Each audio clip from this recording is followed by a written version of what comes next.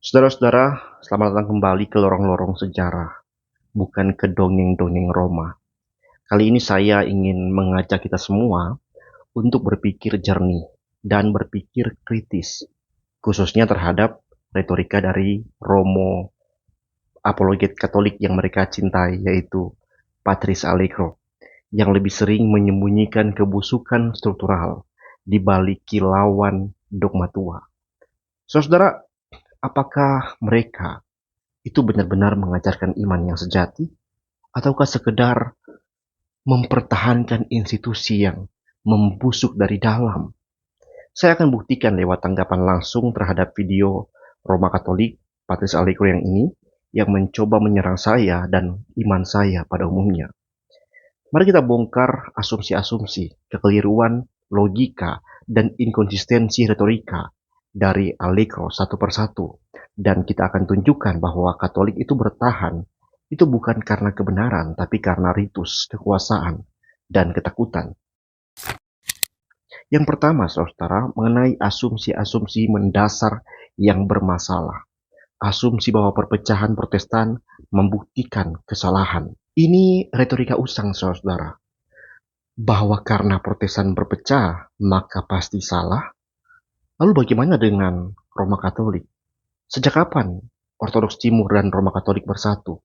Semenjak berpisahnya mereka, pecahnya mereka di tahun 1054. Itu pecah saling kutuk loh. Yang keduanya mungkin nggak sadar sedang hidup dalam kutuk. Kemudian juga di zaman sekarang, bagaimana dengan Sedevacantis? Dengan Old Catholic Church? Ya, sejak kapan Vatikan dan SSPX satu suara? Saudara-saudara, pluralitas bukan tanda kehancuran. Justru itu indikasi hidupnya diskusi dan dinamika iman. Berbeda dengan institusi yang menganggap dirinya infalibel, tapi menyembunyikan skandal seksual di altar dan perpustakaan.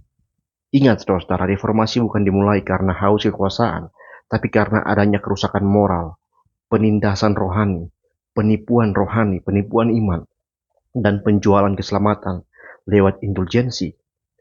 Yang kedua, saudara, asumsi bahwa sola scriptura itu nggak logis atau ahistoris. Ya, klaim bahwa sola scriptura bersifat sirkular. Itu sebenarnya adalah sebuah pengalihan. Kami itu nggak mengatakan Alkitab menentukan dirinya sendiri secara formal, tapi bahwa otoritas Alkitab itu berasal dari sifat ilahi isinya, bukan dari lembaga yang menyusunnya. Saudara-saudara, mari kita bertanya dengan sederhana saja. Apakah gereja Katolik yang menetapkan Alkitab? Kan tidak. Gereja hanyalah pengaku, bukan pencipta. Kitab suci sudah beredar dan diterima sebagai firman, bahkan sebelum konsili Hippo atau Kartago dibuat. Yesus sendiri mengutip kitab suci tanpa pernah menunggu pengesahan magisterium.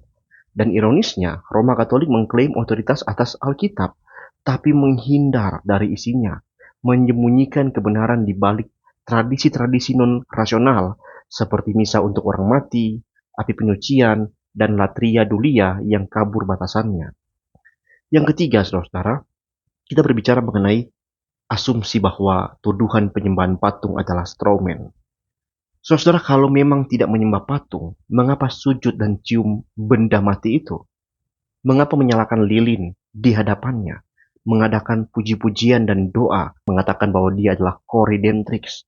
Ada pujian-pujian, ada devosi pemuliaan kepada Maria.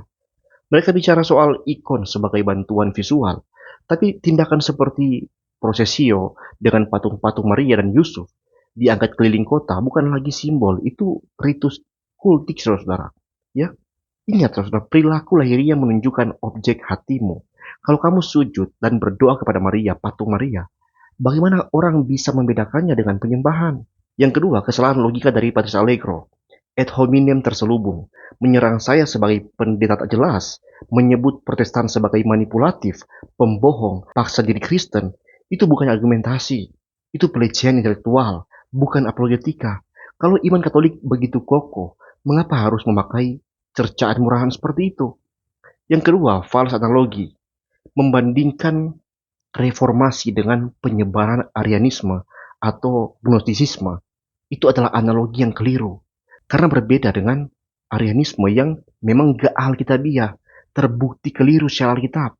Ya, Reformasi merujuk kembali ke otoritas kitab suci dan menantang otoritas palsu yang mengkomodifikasi anugerah Tuhan. Jangan samakan kebenaran yang memanggil kembali ke Kristus dengan bidat yang menyangkal keilahiannya yang jelas dalam firman Tuhan. Yang ketiga, stromen tentang sola scriptura. Kami nggak pernah mengatakan bahwa Alkitab jatuh dari langit dalam 66 buku. Kami tahu sejarah kanonisasi. Tapi kanon bukan alasan untuk menyerahkan seluruh otoritas kepada gereja, terutama gereja yang berkali-kali keliru dan korup. Ya, jelas itu. Yang keempat, Benwegen Valesi, di balik retorika Katolik, Patris Allegro yang berkata, kami satu, kami utuh. Tapi itu ilusi, ya, ilusi unitas, bukan kenyataan rohani.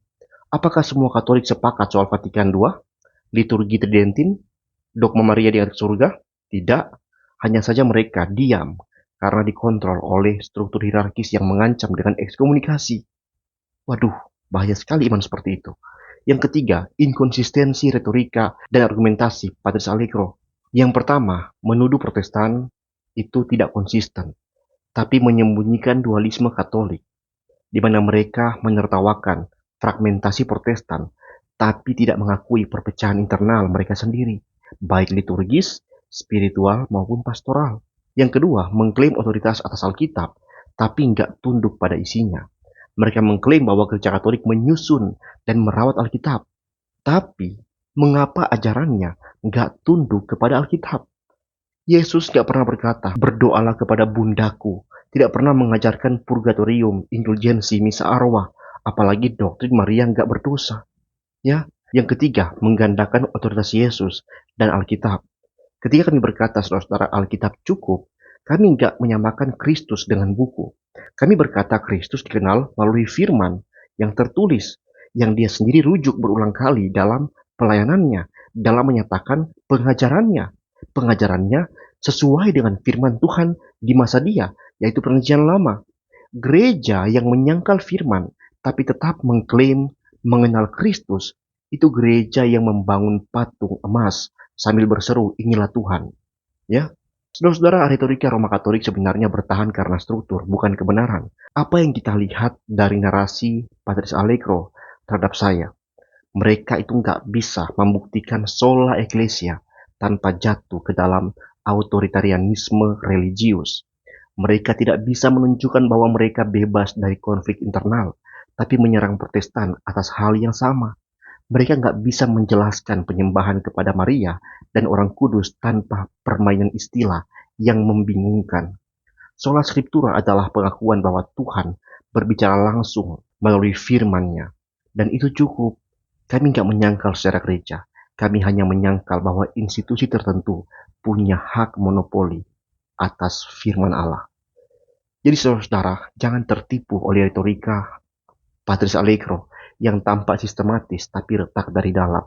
Dia mengklaim kesatuan, padahal itu hanya keseragaman yang dipaksakan.